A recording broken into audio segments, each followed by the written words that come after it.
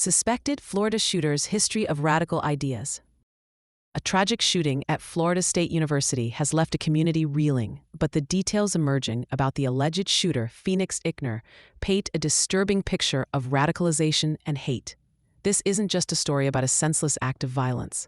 It's a chilling examination of how extremist ideologies can fester and ultimately lead to devastating consequences. Give a like and subscribe. Leave a comment. The tranquility of the Florida State University campus was shattered when gunfire erupted, leaving 2 dead and 6 injured. The incident sent shockwaves through the community, forcing students and faculty to confront the reality of gun violence on their doorstep. The immediate aftermath was a scene of chaos and fear, as first responders rushed to secure the area and provide aid to the wounded. The suspect was quickly identified as Phoenix Ikner, a 20-year-old FSU student. This revelation added another layer of complexity to the tragedy as the community grappled with the fact that one of their own was allegedly responsible for such a horrific act. The news spread rapidly, leaving many in disbelief and searching for answers.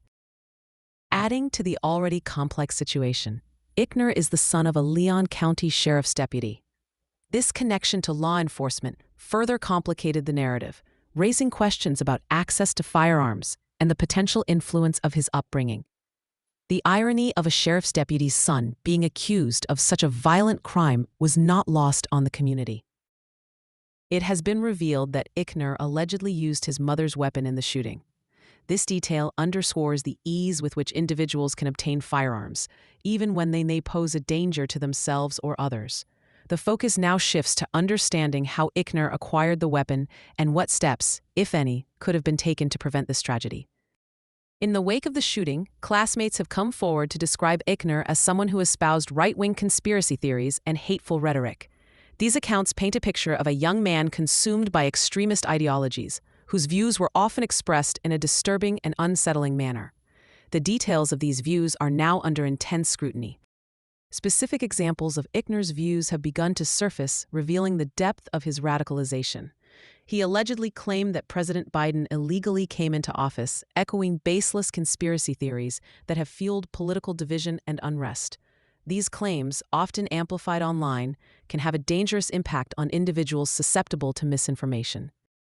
Further disturbing accounts reveal that Ikner stated Rosa Parks was in the wrong, a statement that demonstrates a profound lack of understanding and respect for the civil rights movement. Such comments are not only offensive, but also indicative of a deeper prejudice and intolerance. The implications of these views are deeply troubling. Even more alarming, Ikner allegedly claimed that Black people were ruining his neighborhood. This blatant display of racism highlights the dangerous consequences of unchecked prejudice and the potential for such beliefs to escalate into violence.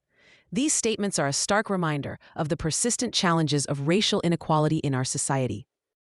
These views reportedly led to arguments with classmates, creating a tense and uncomfortable atmosphere in the classroom. Ikner's unwillingness to engage in respectful dialogue and his insistence on promoting hateful ideologies alienated him from his peers. The classroom, meant to be a space for learning and growth, became a battleground for ideological conflict. Classmates found his statements gross and concerning, expressing their unease and discomfort with Ikner's radical views. Some students even voiced their concerns to others, recognizing the potential danger posed by his extremist beliefs. The failure to adequately address these concerns is a point of reflection for the community. One classmate stated, "I remember thinking this man should not have access to firearms." This chilling statement underscores the prescience of those who recognize the potential for violence based on Ikner's hateful rhetoric. It raises critical questions about the responsibility of individuals and institutions to intervene when someone exhibits signs of radicalization and potential harm. Adding another layer of complexity to the narrative, Ikner was a member of the Leon County Sheriff's Office's Youth Advisory Council. This council was specifically aimed at fostering better relations between law enforcement and young people, a mission that stands in stark contrast to the violence he is accused of perpetrating. The irony is deeply unsettling. As a member of the council, Ikner was a familiar face at the sheriff's office. He participated in various community outreach programs and interacted with law enforcement officials on a regular basis. This close association with law enforcement makes the allegations against him even more shocking and difficult to comprehend. Sheriff McNeil stated Ikner was steeped in the Leon County Sheriff's Office family. This statement highlights the extent of Ikner's involvement with the sheriff's office and the sense of betrayal felt by those who knew him. The fact that someone so closely connected to law enforcement could allegedly commit such a violent act is deeply disturbing. Ikner also engaged in a number of training programs with the office, further solidifying his connection to law enforcement. The nature of these training programs and the skills he acquired are now under scrutiny as investigators seek to understand how they may have contributed to his alleged actions. The implications are far-reaching. Further evidence of Ikner's radicalization comes from his exclusion from a political roundtable club at Tallahassee Community College. He was reportedly asked to leave due to his white supremacist and far-right views, which were deemed incompatible with the club's values. This incident serves as a clear warning sign that was seemingly ignored. The reason for his removal was simple. The club's only rule was no Nazis. This straightforward policy underscores the club's commitment to inclusivity and its rejection of hate speech and extremist ideologies. Ikner's inability to adhere to this basic principle highlights the depth of his radicalization and his unwillingness to engage in respectful dialogue. Examining Ikner's past statements and actions provides further insight into his evolving radicalization. His reaction to a protest before President Trump's inauguration reveals a dismissive and condescending attitude towards those exercising their right to free speech. This attitude is indicative of a broader disdain for opposing viewpoints. Ikner described protesters as usually pretty entertaining, usually not for good reasons. This statement reveals a lack of empathy and a tendency to view political activism as a form of entertainment rather than a legitimate expression of concern. Such attitudes can contribute to a climate of division and intolerance. He also stated that it was a little too late to protest Trump's inauguration, suggesting that he believed the outcome of the election was irreversible and that any form of dissent was futile. This sentiment reflects a sense of resignation and a lack of faith in the democratic process. Perhaps most disturbingly, Ikner made it clear to the class that he had guns. This statement, while not explicitly threatening, created an atmosphere of unease and intimidation.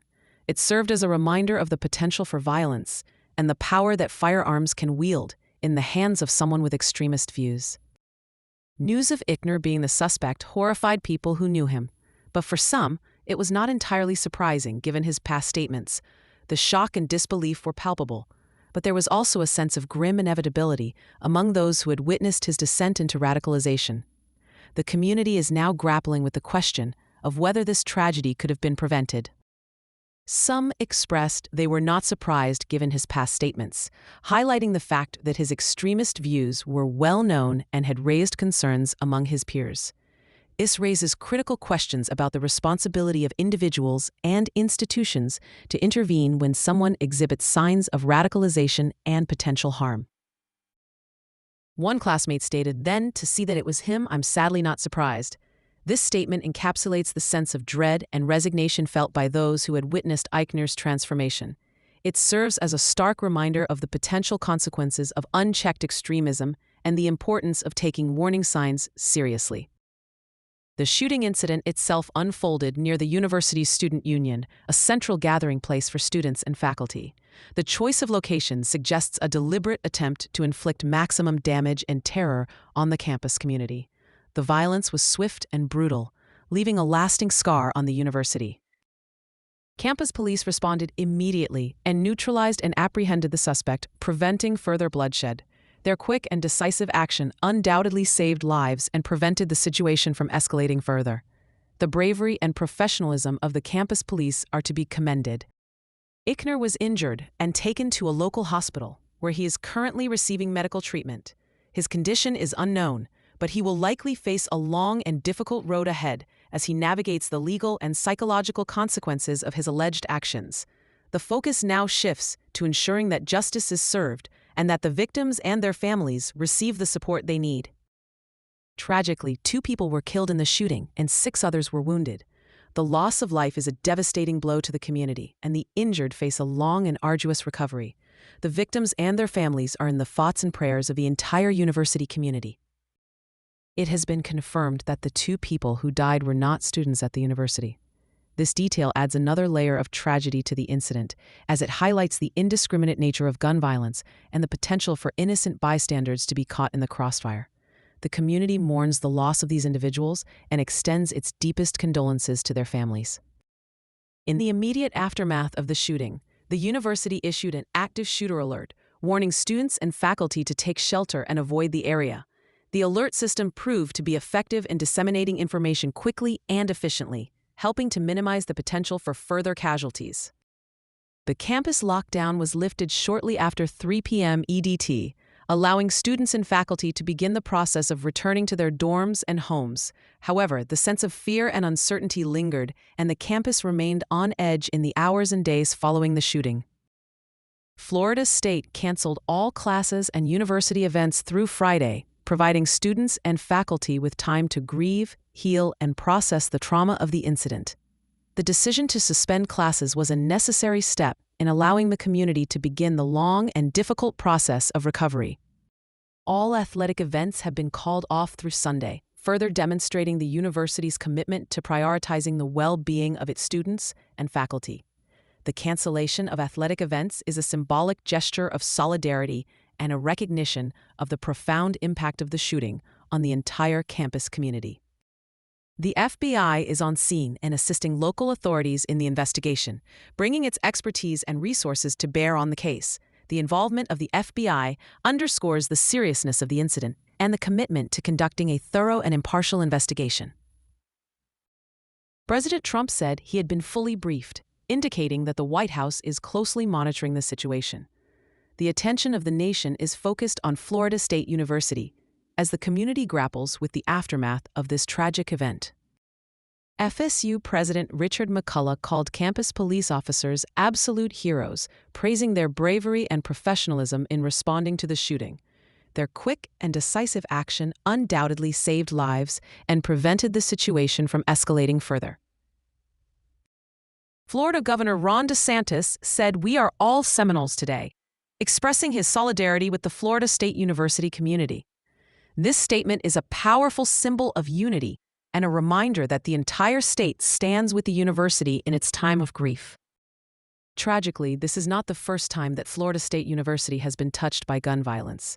In 2014, a gunman fired into a crowded library on campus, wounding 3 people before being killed by police. This previous incident serves as a painful reminder of the ongoing threat of gun violence and the need for comprehensive solutions to address this pervasive problem. 3 people were wounded before the gunman was killed by police in the 2014 shooting. This incident, while less deadly than the recent shooting, left a lasting scar on the university community and prompted a renewed focus on campus safety and security. The lessons learned from that tragedy must be applied to prevent future incidents. This latest shooting at FSU underscores the urgent need for a national conversation about gun control, mental health, and the spread of extremist ideologies. We must work together to create a safer and more inclusive society where such tragedies are no longer commonplace. The time for action is now. Conclusion and call to action. The shooting at Florida State University is a stark reminder of the devastating consequences of radicalization and hate. We must confront the uncomfortable truths about the spread of extremist ideologies and take concrete steps to prevent future tragedies. This requires a multifaceted approach that includes addressing gun violence, promoting mental health awareness, and fostering a culture of inclusivity and respect. We urge you to engage in meaningful conversations with your friends, family, and community members about the dangers of extremism and the importance of standing up against hate. Contact your elected officials and demand action on gun control and mental health reform. Support organizations that are working to combat hate and promote tolerance. Together, we can create a safer and more just world for all. Share this video to raise awareness and spark dialogue. Donate to organizations supporting victims of gun violence. Let's turn our grief into action.